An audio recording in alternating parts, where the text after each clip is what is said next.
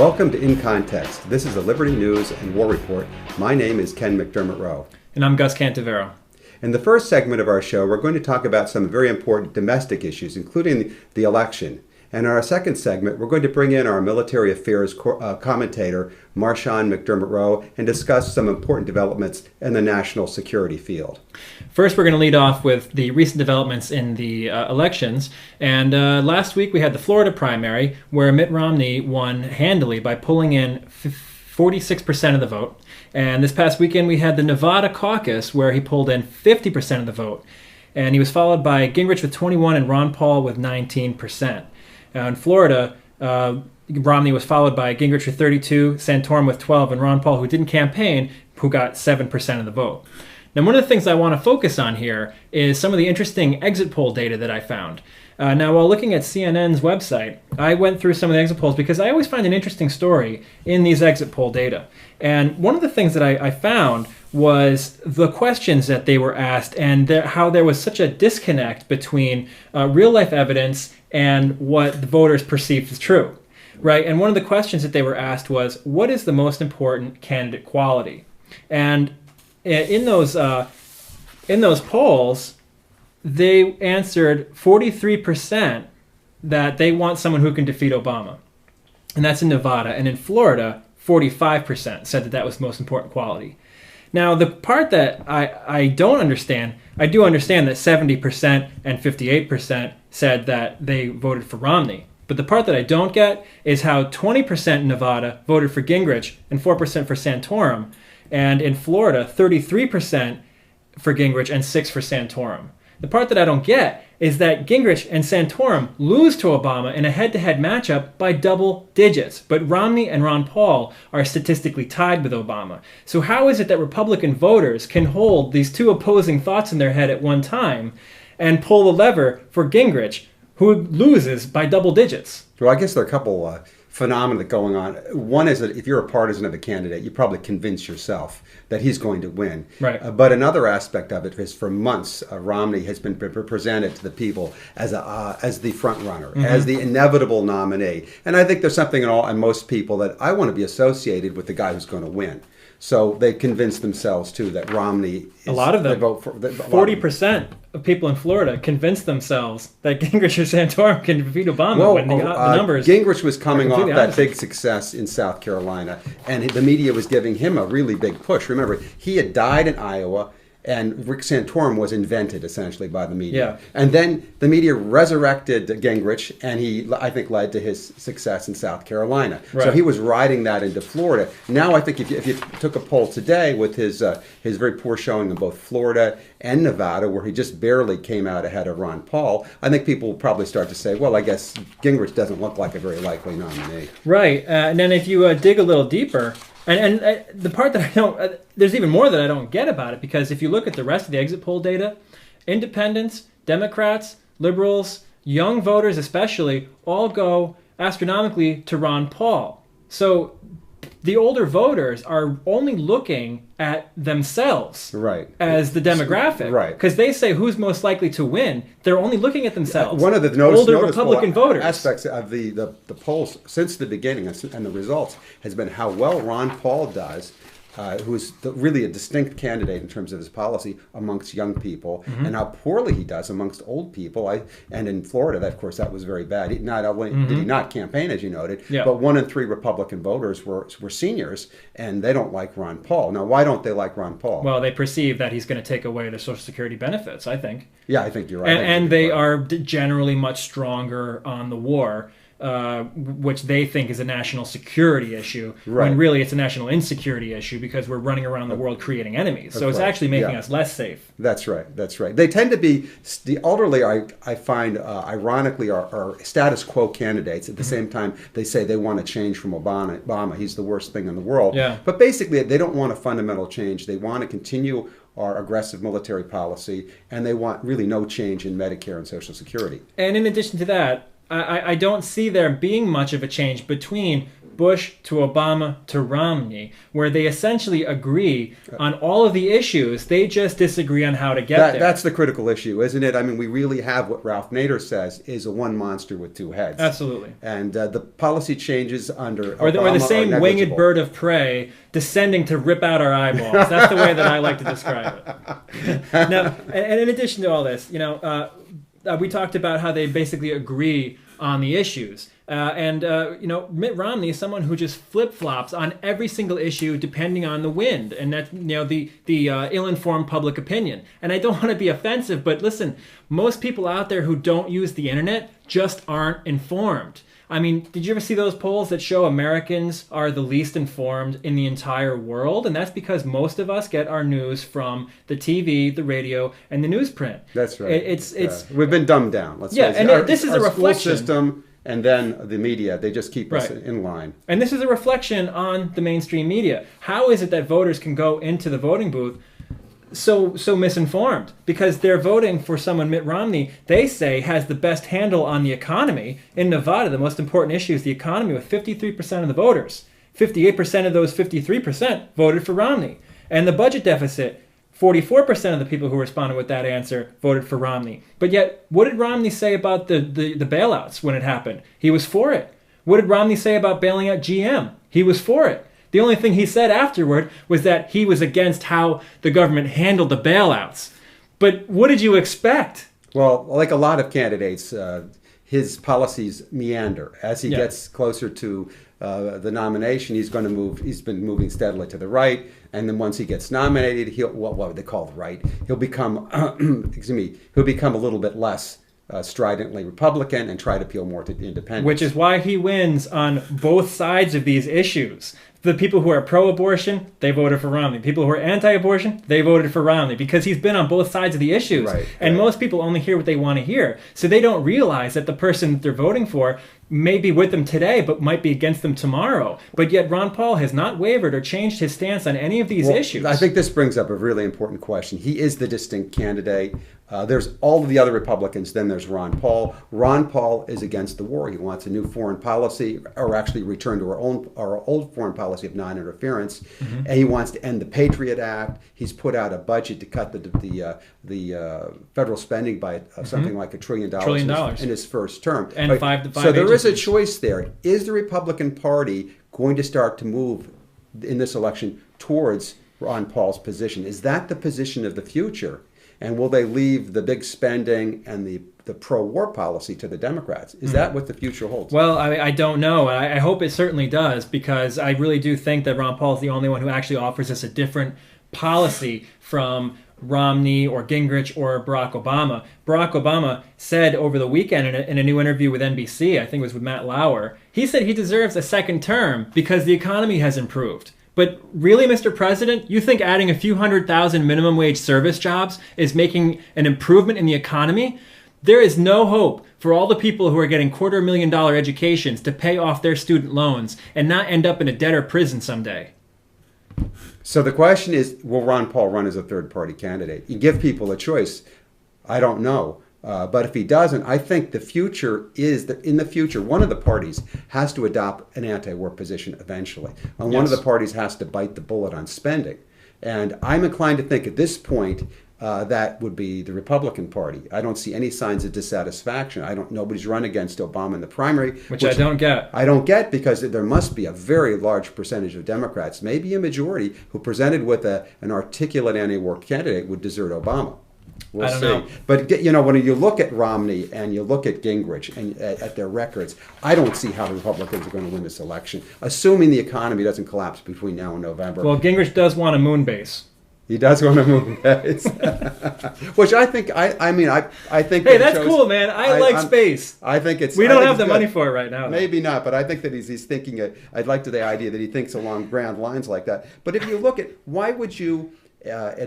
Such a dire economic situation that we have as today, that was created by the financial industry, really by creating this speculative bubble, which they made money over hand over fist by chopping up these mortgages and selling them and creating these derivatives. People like Mitt Romney made a fortune. The bubble collapsed. all the rest of America is left holding the bag while these guys got bailed out by the government. Okay, Mitt Romney was a part of this system. I mean, Bain Capital, private equity firm that he handled, they made lots of money. In fact, his tax return, he reported, $40 million in income. He paid less income taxes, like 14% about, than the average American, right? The man is rumored to be worth about because it's capital gains because of our tax system. And it's not income from wages, That's which right. gets taxed at a much higher percent. He's a beneficiary of a deranged tax system. He's worth, they say, about $250 million. His largest campaign... No, he said between 175 and 250 million. Right. He doesn't even know what he doesn't worth. even know. And so where does he get his money? 8 of his 10 top contributors are from the financial industry. His largest single contributor is Goldman Sachs. No big surprise. Okay, his prescription for reviving our economy is lower taxes for rich people, essentially, and deregulating business, which is actually what got us into this problem by repealing the Glass-Steagall Act, which separated commercial and investment banks. That was a big reason. Yeah, see, deregulating derivatives. There's a big difference between responsible and irresponsible deregulation. I like deregulation when it's preventing small businessmen from having to get caught up in red tape to be able to pay employees and get going. But if you're deregulating just to pick a winner in an industry, that's not responsible deregulation. No, and of course the Glass-Steagall Act did serve this country pretty well from the 1930s. That would be a great example of good regulation. When we need it. Now, okay, so I don't see the American people voting for a guy like Romney, even though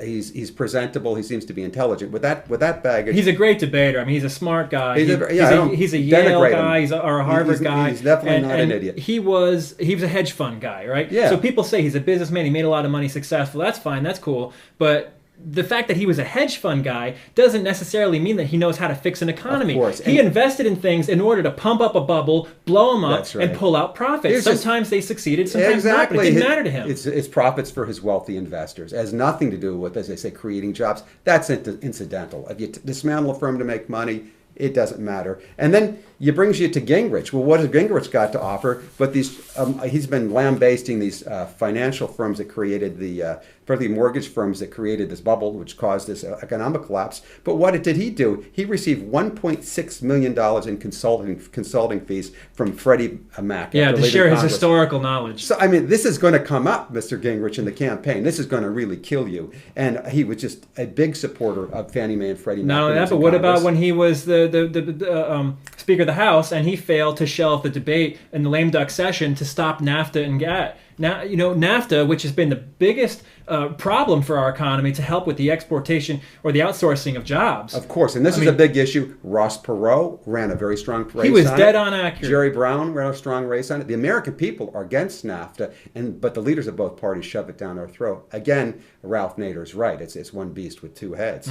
So I don't see Gingrich passing muster in the fall election either. I think he's to be very vulnerable. I think, folks, we're going to end up with another 4 years of Obama. And Gingrich is a really polarizing figure.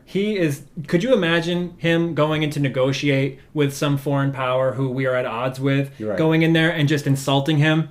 I mean, there is no one more arrogant than Newt Gingrich. I can't imagine someone who'd be a worse negotiator. Again, I don't think he's a stupid man. I think he's a very bright man, but I don't see him as anyway winning this election. It's all about the show and ego with him. Yeah, I think so. And there's all this baggage he's going to carry with him. But then now Obama is no different, and we should tell people that we are not partisan. And in context, I mean, you look at where did Obama get his money? He got $1 million in 2008 from Goldman Sachs. They were his biggest industry contributor. He took in a total, so far in 2011, he took in $128 million for his reelection. That's just for last year. So this guy, he's $128 million. So we're talking big bucks. He appointed a top lobbyist from Monsanto as the food chief at the FDA. Now, what does that tell you about? Obama's as much in the pocket of big business as any Republican is. So I think, Gus, what we've got to look for is there going to be a third party, I think? That's the question I'm at. Is there going to be an independent choice in this election? I sure hope so. And if not, what's going to happen after this election to build a new political movement that's going to bring an end to these crazy military adventures and bringing some sanity back to our budget and to revive our economy? Well, that does it for this segment. We'll be back in a few minutes with our military affairs commentator to talk about the wars.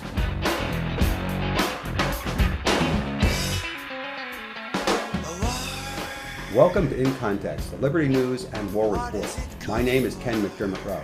And I'm Gus Cantivero. And in this segment, we're joined by our military affairs commentator, Marchand McDermott Rowe. Marchand, very recently, the head of military intelligence for Israel, stated that Iran has completed development of a nuclear weapon. And an American think tank, the Enterprise Institute, claims that Israel could manufacture a 15-kiloton bomb as soon as August of this year. How is this? What does this mean? How is it changing the dynamic as far as a possible attack by Israel on Iran? Well, I think this only confirms that Israel is determined to bomb Iran. I mean, the media is presenting this as definitive proof. As the Israeli Mossad says, we have the proof, we know you have the bomb, you're going to have it by August, but no other intelligence agency has confirmed this. Neither the Russian FSB or the British MI6 or even our own CIA has not confirmed it. So I think it's a sign that Israel is pushing us towards war. Right. Because the evidence, unless it's confirmed, it just seems to me that there's a very high chance it's probably fabricated or exaggerated. Can you take us through a scenario if Israel bombs Iran? What's the likely response by Iran? What are the responses by Russia, by China? And the bottom line is the United States ready for such a war? And the response of Iraq and Afghanistan and Pakistan as well. Well, I mean, it's a big issue to tackle. On the first point, I think that the initial reaction of Iran would be, well, we drop the Israelis, drop the bombs on Iran. Iran's response would probably be to shoot down the Israeli aircraft or the Israeli missiles. That seems to be their strategy, is to shoot down the incoming missiles and then the incoming aircraft. And then this way the momentum is with Iran. Now they've dealt a blow to the Israeli Air Force or the Israeli army if they shoot down the missiles. Then their next step would be to counterattack on our fleet, because guaranteed as soon as the bombs fall, we'll declare war. And then they'll attack our fleet in the Persian Gulf. Now the Persian Gulf is incredibly narrow, and our ships are bottled. And for those of our viewers that might be familiar with the Battle of Port Arthur in 1904, the Russo-Japanese War, the Japanese had trapped the Russian fleet in Port Arthur in Manchuria. And the Japanese fleet just sailed their gunboats along the opening of the port and shelled all of the Russian ships, sunk them. They were sitting ducks. And that's pretty much the way our fleet is set up in the Persian Gulf. It's crammed to this very narrow area. Now, the Russians have a fleet in Syria, right? Yes, in the port of Tartus. Would the Russians involve themselves in this war only by supplying, let's say, arms to Iran, or would they actually take an active role, do you think?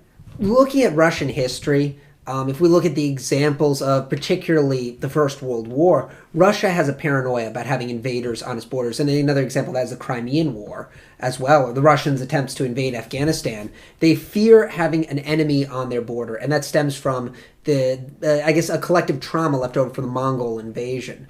So, since Genghis Khan swept through, it was pretty traumatizing, thank you very much. But it's... Leaves a sting. Exactly, but left its impression on the Afghans. But I think, I think there's a very high probability that they would involve themselves directly in a conflict. They have special forces. They have ground troops in Iran. We know they've shipped in S-300 surface-to-air missiles. It was reported by Pravda, that the Russian news paper, that the Russians had shipped in 50 surface-to-air missile systems, S-300s, manned by Russian soldiers. So, how accurate would this news be, given that Pravda and other Russian news sources, same thing in Iran or China, are essentially government mouthpieces, knowing that the Americans and others will read that and hope? Do they hope that we'll misinterpret it, or think that it's a bluff, or how do they play that? I'm not entirely sure. I mean, it is a Russian propaganda outlet, so I wouldn't trust them to talk fairly about the Russian elections for certain. But in terms of the troop movements, I don't know why they would feel a need to fabricate the troop movements, because a bluff would be dangerous. Because this is openly acknowledging we are standing by the Iranians. It wouldn't be the first time they've done this either. Now, the Russians have a mutual defense treaty with Iran? Russia has a mutual defense treaty with Iran. And they have a mutual security treaties with Syria, which is why the Russians are very adamant about keeping al-Assad in power. And we're also deploying troops in the region, isn't that correct? The troops out of Iraq are still in the region? Yes, they were deployed to Jordan. Now, I recently read a piece, and I believe it may have been on Fox or CNN, I don't remember which, saying that the Turks were the only ones with troops in the region, which was a complete lie. It was an out-and-out lie. We redeployed all of our troops that were supposed to go from Iraq home were redeployed to Jordan, to the Syrian border. Well, I mean, that's the same thing as when we had a troop drawdown in Iraq. All we did was just pull them out of the cities and just redeclare where the battle zones were. Exactly, and the same thing we're doing in Afghanistan now. We're pulling the troops. We're pulling the troops. Back. We're giving security to the Afghans, which is one more, Sean. How would you size up the relative strengths of, say, the Russian military versus the U.S. and Israel? Is this a situation such as when we fought Iraq and they were using antiquated equipment, or are these guys up to speed? Not at all. The Russians and the Chinese have developed the world's first fourth generation bomber. This thing, it is a bizarre fighter, but you can go on to YouTube and look it up. It was shown to Defense Secretary Robert Gates, who immediately came back to the president and said, we got to stop focusing on the Middle East. Asia is our greatest threat. This fighter, just to give you some idea, is the most high-tech, most advanced fighter on the planet. It is capable of anti-aircraft combat, but it is also capable of close-range bombing runs, as well as the fact that it's stealth, so it can't be detected on radar. And it's a massive aircraft, so I imagine it's a massive fuel tank, so it can cover quite a heck of a lot of distance. Additionally, the Chinese and the Russians were woken up, more so the Chinese, and the Chinese and Russian defense industries work hand in hand. The Chinese were woken up by the first Gulf War. When they saw us blow through Saddam's defenses, and he had some decent defenses, we blew through them and just flattened Iraq. Iraq never recovered from it. So, Right. so did the Chinese, who were at the time under the leadership of Deng Xiaoping, and the Westernization program woke up and said, oh my gosh, we really need to play catch up. And they did. While we plateaued technologically, they kept stepping up. They kept advancing more and more and more. So what we're seeing now is we're seeing Russia and China are leaps and bounds ahead of us. The best comparison would be, we are Italy entering World War II right now. We are Italy entering World War II with what was once a very technologically advanced army, but by now has plateaued and become antiquated. You've talked about in your blog on incontextreport.com the differences in naval philosophy, and particularly in relationship to the submarine. Could you talk about that, and how might that come into play in a war, especially if China were to enter as an ally of Russia? China and Russia have invested very heavily in the submarine. They see the aircraft carrier as anachronistic as the battleship. What's striking is we have this notion that we have 11 aircraft carriers, we can project our air power anywhere in the world. Well, because the size of fuel tanks nowadays, you don't need an aircraft carrier to project your air power anywhere in the world. But what you need is a means of delivering troops, ballistic missiles, and ordnance deep within your enemy's lines without them realizing it. That's where the submarine comes in. It almost negates surface ships, because you can wipe out your enemy's surface fleet, pummel their shores, all from beneath the ocean. And there's so much of the ocean that is as of yet untraversed. So if you have a submarine that can go incredible depths, you can disappear below sonar.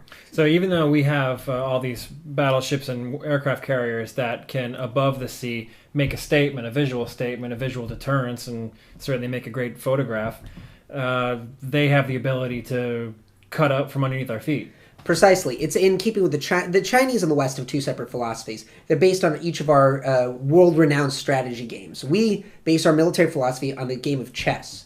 You set your pieces up in the most obvious fashion, you make the biggest statement, strategic movement, you take a piece, they take a piece, wars of attrition.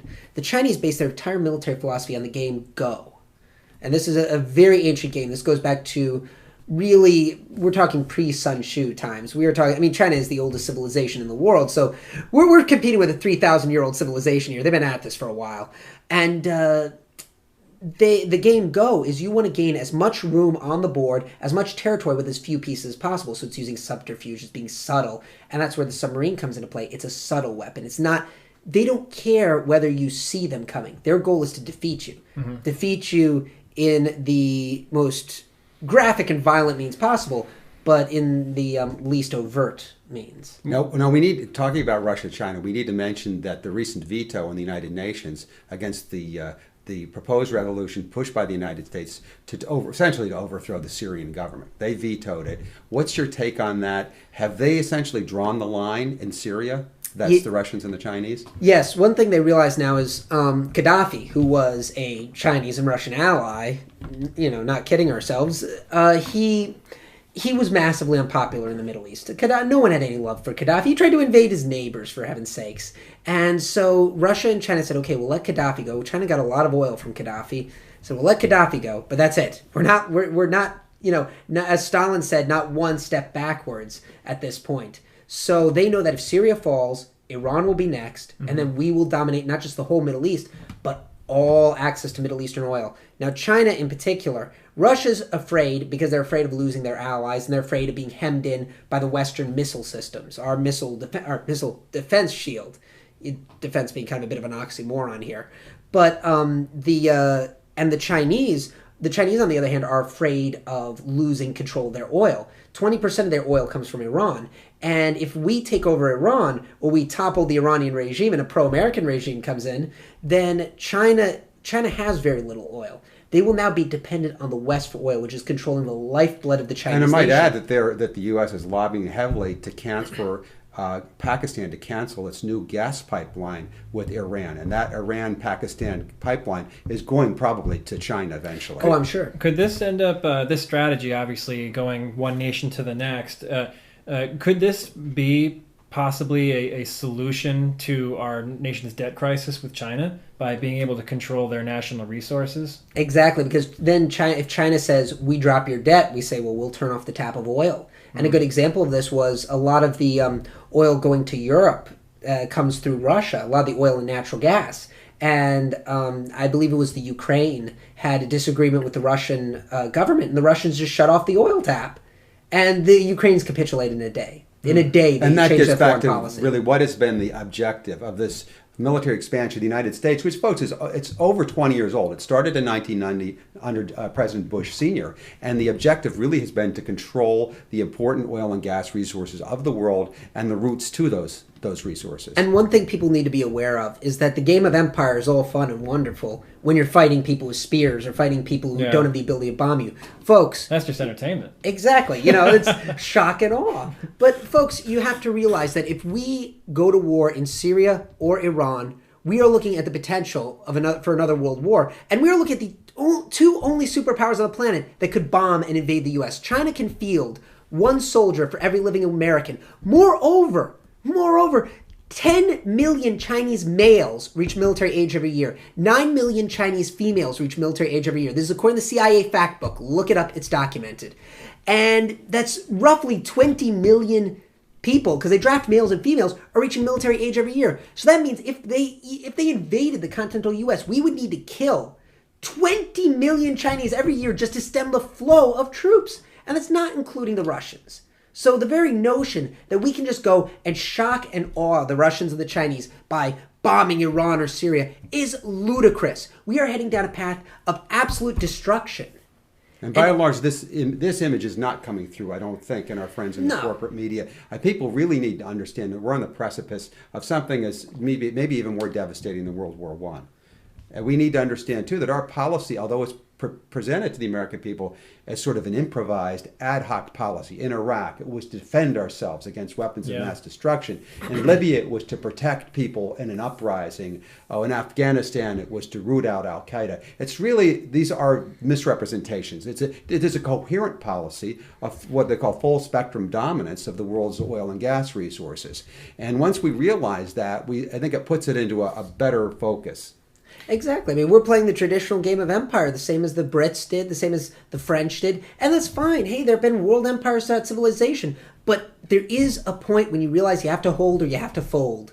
And if the Chinese and the Russians call our bluff, we're really going to be cruising for a bruising. This game of empire can't go on much longer. We just can't afford it. And beside that, the ability to have these precision strikes going forward with these types of wars we're talking about is not going to be possible, because there's going to be strikes and counterstrikes, and there's going to be massive casualties on both sides. Exactly. There is no way we can go into Iran or we can go into Russia or China, let alone, and just drop a couple of bombs, kill a couple of people, and they'll crumble like Saddam did. Right. No, that's like comparing the Brits fighting the Zulus who were armed with spears to the Brits fighting the Germans in the trenches. Well, the at prospect of Toulouse. war is something that needs to be much more seriously considered by the American people. So thanks very much for joining. We're going to continue to follow this build-up to war here on In Context. Please visit us at our website, incontextreport.com. You've been listening to In Context, the Liberty News and the War Report with me, Ken McDermott Rowe, Gus Canavero. and our military affairs correspondent, Marshawn McDermott Rowe. Make sure to find us on Facebook and subscribe to the YouTube channel and visit the blog. See you next time. See you soon.